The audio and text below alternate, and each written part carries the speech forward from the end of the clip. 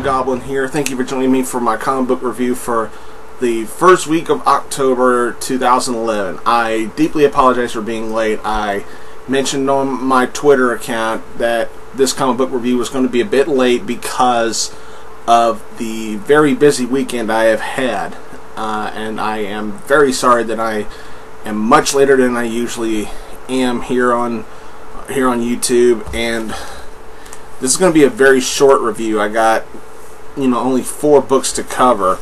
Now, before I get started, once again, I want to plug my student, TheMtVernonKid. He's still doing his comic book reviews, and he's doing a really great job. Check him out. And also remember my old buddy Chris Pinkard, Chris the Jedi, Packer Smacker here on YouTube. Check him out. Still, he's doing a very good job, and he beat me to the comic book review punch this week. So, good job, man. You're doing really good. I'm watching every week. Oh yeah, another thing. Check out my Tumblr account. I just posted a review of X-Men Schism number 5. Now, in that written review, I briefly covered the overall event of Schism itself, issues 1 through 5, and then I cover my thoughts on issue 5 itself.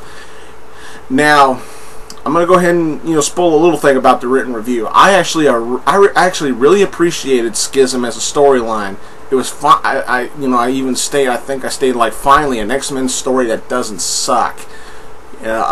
Jason Aaron did a fantastic job with the storyline. Check out my written review, and then just for shits and giggles, see if you can find the issues of Schism. Schism, Schism, who the fuck cares? It was a good story. Alright, now, on to the books. And, not so shocking, all 4 of them are DCs. Let's get started with Static Shock number 2. Okay, now, this was on par with issue 1. It was good. It was a pretty good story, pretty good continuation of the story. Kind of a bit of a cop out with the whole what happened to Static's arm at the end of issue 1, but what can you do? Scott McDaniel, he tries. He tries to write a great story for Static Shock, and then, sadly, it only comes off as a good story, just like issue 1 was. Now, my memory's slipping on me a little bit, but if I can remember, maybe not, but when I covered issue 1, I praised it for how good it was, and it was good. And I remember also praising the artwork, if I'm not mistaken. Now, was the artwork here as good as issue 1, or was it better? No. The artwork for me took a step down. And I'm going to cover one thing in here that I should have covered when I reviewed number 1. I hate the way the artist draws Static, his hair. Yeah, that doesn't make me sound very straight right now, but the thing is, I don't like Static's hair. Excuse me. I don't like Static's hairdo in this run. His dreadlocks, he looks like Shirley fucking Temple. I hate that his dreadlocks look like he's curly top. It's so stupid. But I do like the new costume. I like where the story is going. It's just that the artwork in this issue compared to number 1 was just a mess. The art was a mess. And we get it, Virgil. We get it. You're from Dakota.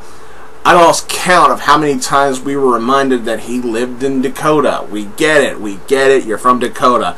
But nonetheless, this was a good story. However, if the series overall doesn't start picking up, I will not hesitate to drop it. I just, Static, I didn't read his comic books, but I watched his cartoon, and I saw his run with the Teen Titans, and I thought they were good. The cartoon was awesome, but if the series now doesn't pick up, doesn't meet my expectations, then it's a title that I can live without. But nonetheless, issue 2 was good. Next up, Justice League International #2. Good old JLI stuff. Dan Jurgens. Wow. Just wow. Very good stuff. Dan Jurgens knows how to write Booster Gold. He knows how to do it very, very well. The Signalmen. Yeah, this, ooh. I'm trying my best not to spoil anything, but I just can't help it. There's one big thing that just bothered me in this issue. Godiva. What the hell, DC? You've made this character a member of the JLI nothing more than an outlandish flirt who's got the hots for Booster Gold. That's all I get from her. Literally. She's nothing more, nothing less than a flirt. That's it. That's all she does throughout this entire issue, is do nothing but flirt. When is she gonna do something else? Come on, DC. She's on a Justice League team. Make her do something other than sit there and purr over Booster Gold. It's starting to get sickening.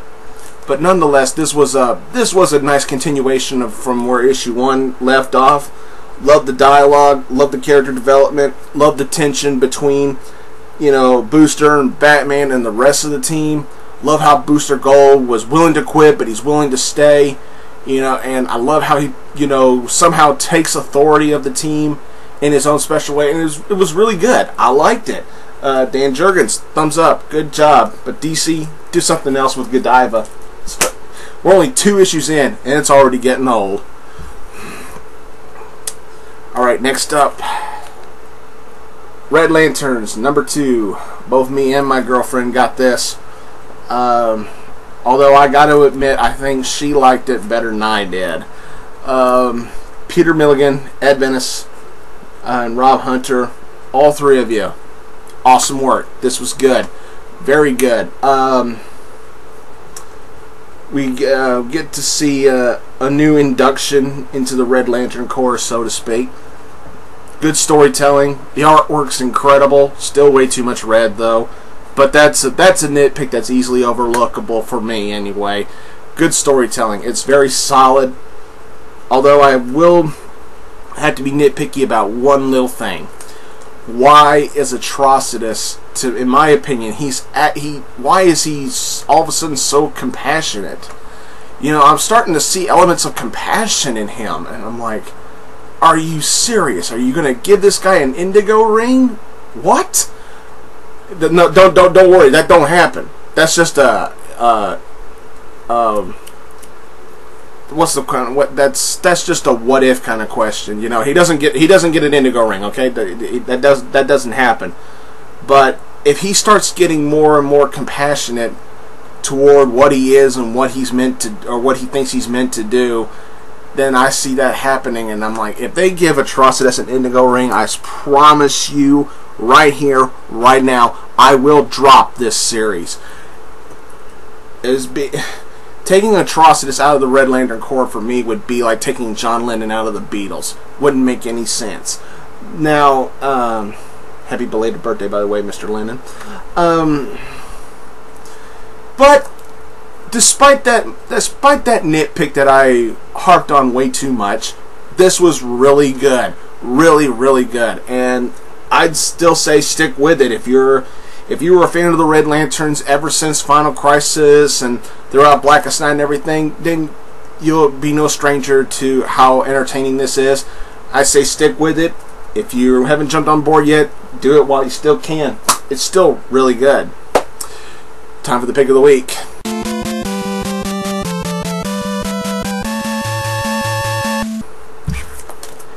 Pick of the week is Detective Comics #2. Big shock, right? Tony Daniel.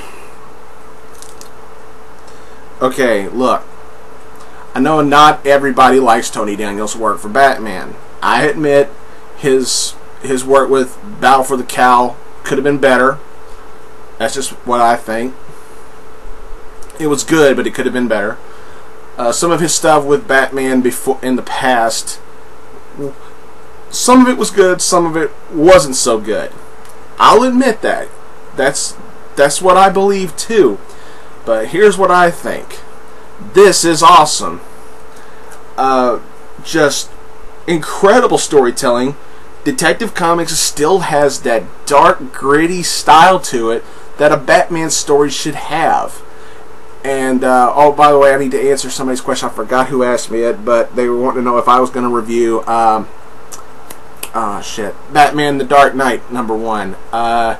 Yeah, I have read it, and I will post a written review within the next couple of days on my Tumblr account. But back to Detective Comics. Phenomenal storytelling. No continuation in the storytelling about what's going on with the Joker, unfortunately. But that's the only gripe. That's the only real gripe I have with this book, is that we have nothing going on with the Joker. The artwork, Tony Daniels' artwork, is really good. Got that dark style to it. The storytelling involving this new villain, the Doll Maker. Now, I admit, I was skeptical at first as to whether or not the Doll Maker would make a great villain, and then I saw what he did to the Joker in #1.